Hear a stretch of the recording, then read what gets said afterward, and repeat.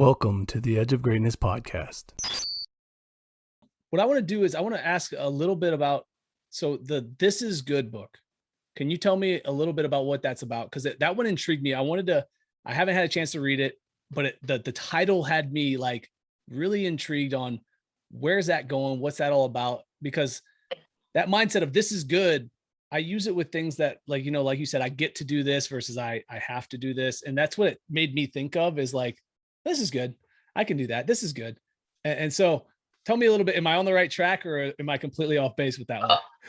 You are completely on the right track. It just sums up everything we've been talking about.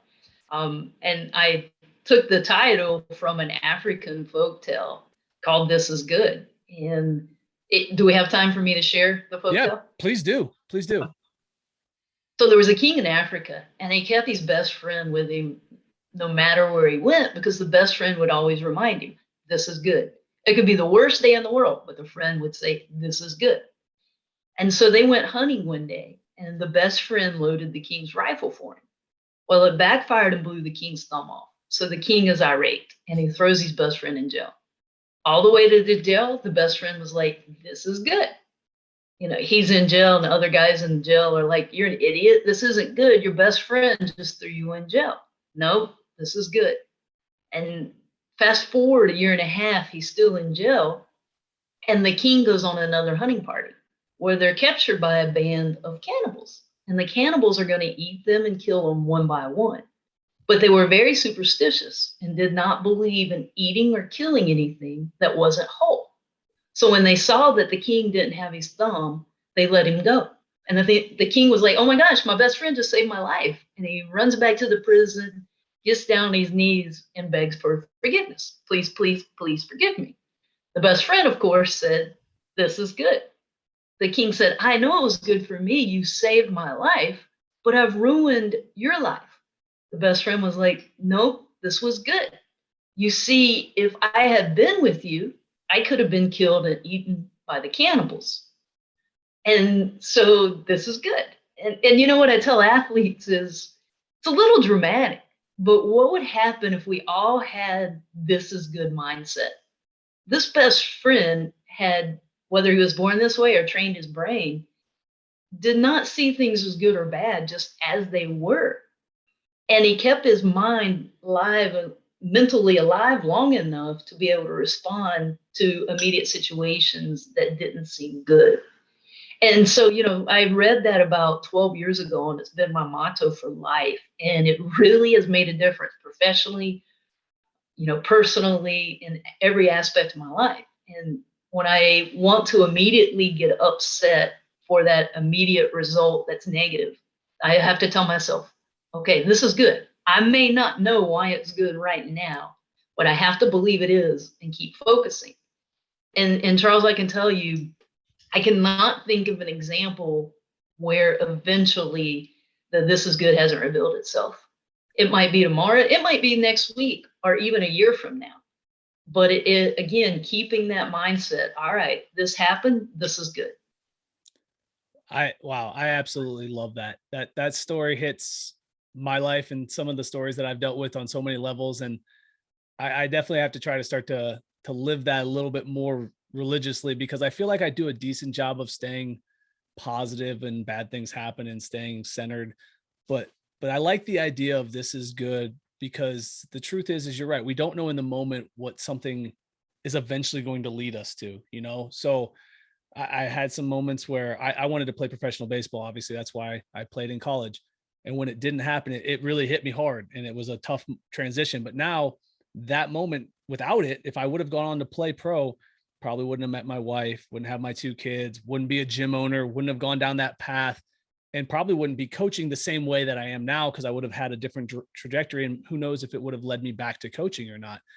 And I absolutely love the coaching. And that's the thing, is that without those failures or those shortcomings or those bad moments, it doesn't open the doors for the potential good ones later. And we just weren't ready for that success yet. So it wasn't our time. And that's kind of the mindset that I try to keep, is that just because that moment wasn't good by standards of winning or losing doesn't mean it wasn't good for my growth or my potential next step. Exactly. And you just summed it up perfectly. Yeah, You no, know, I've never seen a championship team not have that one loss that they look back on. Mhm. You know, professionally, there's very few people that I've talked to that have been fired that now aren't like, man, that was a blessing in disguise, or not making, you know, a higher level like you just mentioned. And Yeah. again, it's the person that can, all right, you know, how do I stay alive mentally for something better? You know, the people that aren't successful are the ones that what they want don't happen, so they throw a pity party and just kind of wallow in the negativity.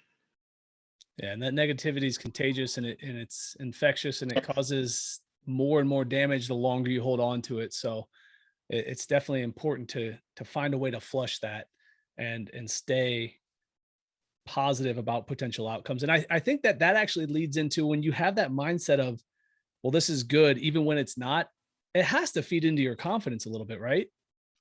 Oh yeah. You know, just to add to a little bit more about the book, but it also ties in to answer that. Yeah. So the book was written about that story, about me sharing it with a team and how it transformed this team. And it shares all the lessons that we learned along our journey. And the season did not turn out in any shape, way, or form how they had hoped, but just the power they gained from it was so much better. But it was a soccer team.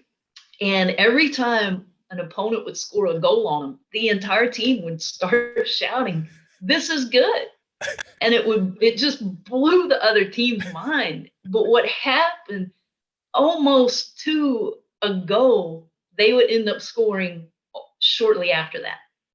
Because I think too often, you know, there's not much scoring in soccer. Right. And man, they scored and we get down and like now we've got this mountain to climb. But what they did was just shifted their focus to, all right, this is good. So it was amazing to watch and be a part of.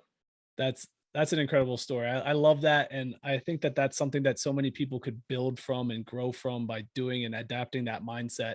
And it could lead to a lot of personal growth and team growth and all those different things. So I'm definitely going to share that story with my team, because I think it's something that, you know, especially at the younger ages, you're going to have a lot of missteps. The game isn't played perfectly. Heck, it's not even played perfectly at the highest level. So I don't know why we expect to play it perfectly at the lower levels. So, but that this is good mindset, I think can really snap you out of potentially negative moments and keep you focused on, well, it's going to open a door for something. Thank you for joining us today on the Edge of Greatness podcast. We hope you enjoyed today's episode and join us again next time as we continue to dig deeper into the key components of greatness. The path to greatness is never linear, so remember to keep pursuing greatness no matter what. Keep stretching your abilities, reach for the stars, and fall flat on your face. But no matter what happens, remember, whenever we fall, always get up. Until next time, I'm Charles Schultz, and this was the Edge of Greatness podcast. Thank you for listening to today's episode. Please take a moment now to subscribe, rate, and review our show. We are all on the edge of greatness.